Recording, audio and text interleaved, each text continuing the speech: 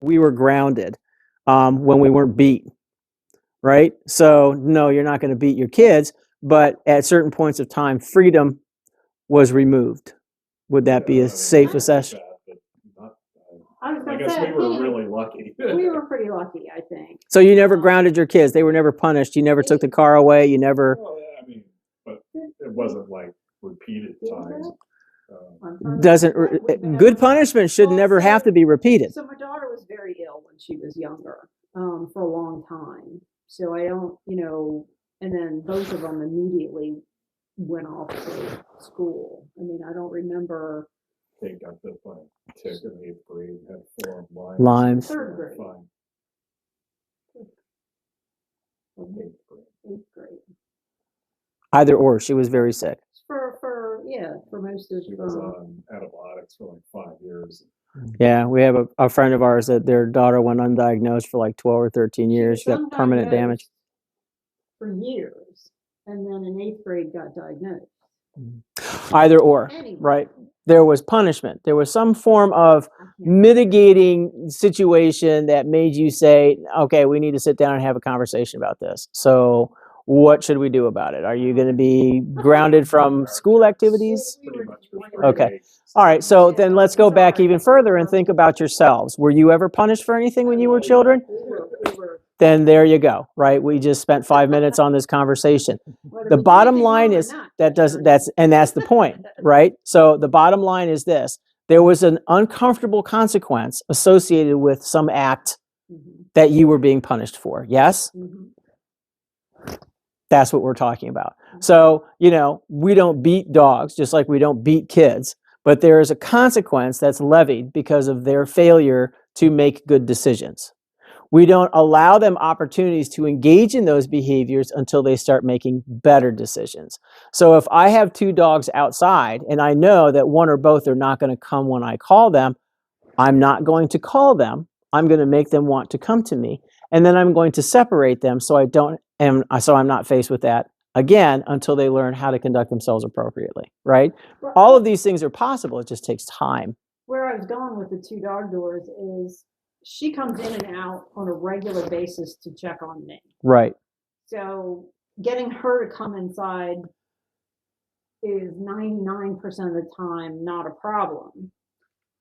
He's trying to decide how serious I am depending on the level of squirrel. Right. And this is my point about the dog door is you continue to allow them to reinforce for inappropriate behaviors by giving them free, unfettered access to the outdoors. That should be on. Once he stops. If I had to drag his butt inside because he was barking, and I don't mean literally, I mean. Yeah, I mean, you compel him. Compel him to come to you. Yeah, compel them to come in. They get shut in. Both of them get shut They should be allowed. They should not have access to the backyard without making the request. And on top of that, it's just like any other freedom. They have to earn it. So, and again, the correlation is very clear. He goes outside, he can run around the yard, he can do whatever he wants. He doesn't come when he's called. When they're outside together, you call him and she's picking on him, right? I don't allow them access. We have 3.5 acres. My dogs are allowed on that 3.5 acres. It's unfenced. They come when they're called. But guess what? They go outside when humans go with them. And on top of that, if I call you and you don't come, guess what privilege you lose first? Your freedom to run on 3.5 acres. I'm not tolerating that. So we go back and we review that process until they understand, oh, when you say come, I come. And then I'm going to release you 99% of the time to go and have more fun. But the bottom line is the golden rule, the only other golden rule besides don't put your mouth on people meat is you come when I call you, right? So when they don't, that's not a privilege they get to experience until they do. Well, I don't, if some days he'll go all day without barking at anything. Uh-huh. And other days, every single time he gets let out, he'll bark and he has to come back in every single time. Right. So, and basically, again, you can prevent all of it, by taking away their access to do whatever they want. And again, this is through training. This isn't forever, but the bottom line is what you allow will continue. So it's not 50-50. Every single time he goes outside and barks at something, he's reinforced 100% whether you bring him in or not. The consequence is levied too late past the act in order for it to have any meaning. So if he's outside barking, if you can't disrupt that behavior as he's barking or before he starts barking, he's self-reinforcing for that behavior. You can't stop it. Got a little, Shock collar. E-collar? Yeah. Okay, E-collar. I think we wouldn't call it talked. a shock collar. Maybe I have a pager that I. Well, and see, And we then don't use sometimes the pager. We use the electronic function. The pager is actually much more of a deterrent than the electronic function is. But the thing is when we use the electronics, it's e-collar means do. It means go. The leash and collar means no go, right? One means go, one means stop. The pager function we use as a disruptor. So that's fine. But the thing is, though, is again, if you're using that consistently, this shouldn't be a problem. If you're not using it consistently, the dog's going, I only have to do this when this collar's on. I don't understand why it doesn't seem to work sometimes. Is he that tough? Because the pager is not adjustable. And this is one of the many myriad of reasons why we don't use the pager function. We use it only as a disruptor, but once they realize that they can survive that, you can't stop them. I mean, my last dog before these two was a mixed shepherd, and I trained her on the property line. I think I used the shocker twice and the pager the rest of the time, and she wouldn't even if he stood on the other side of the line, she would not cross into If the I went neighbor's and yard. invited her Even to called her. go with me next door, within like 2 or 3 minutes, she would be back to the property line and just laying down in our And this yard. guy, I mean, the thing's cranked all the way up, and he could care less. I mean, he really could care less. It could be, there's so many things I can't even enumerate, right? It could be the quality of the collar. It could be the charge. It could be the latitude the collar has as far as adjustability.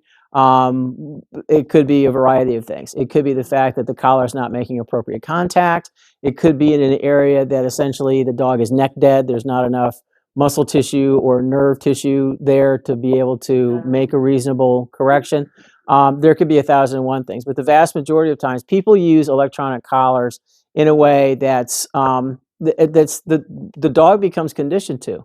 So if you're like, I'm going to light you up like Hoover Dam, the dog's like, okay, fine, go ahead, because I learned the last time you did it that I could survive that.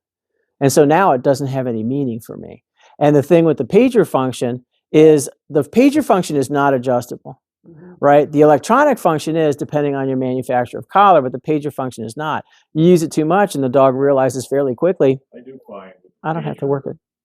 that if we call him and he doesn't come, probably 50-50 on him coming immediately. But if I go out in the yard and look at him and he kind of gives me that, yeah, I'm not ready to do it right now, and I just page him, it's like, oh, you're serious. Yeah, because it's used as an aversive. Right. Right? We don't use an electronic collar. The electronic portion we do not use as an aversive. We use it as a motivator.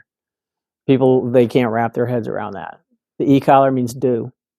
It means go. Right? And people, and the dog's on a leash and collar. I can prevent this dog from doing anything on a leash and collar.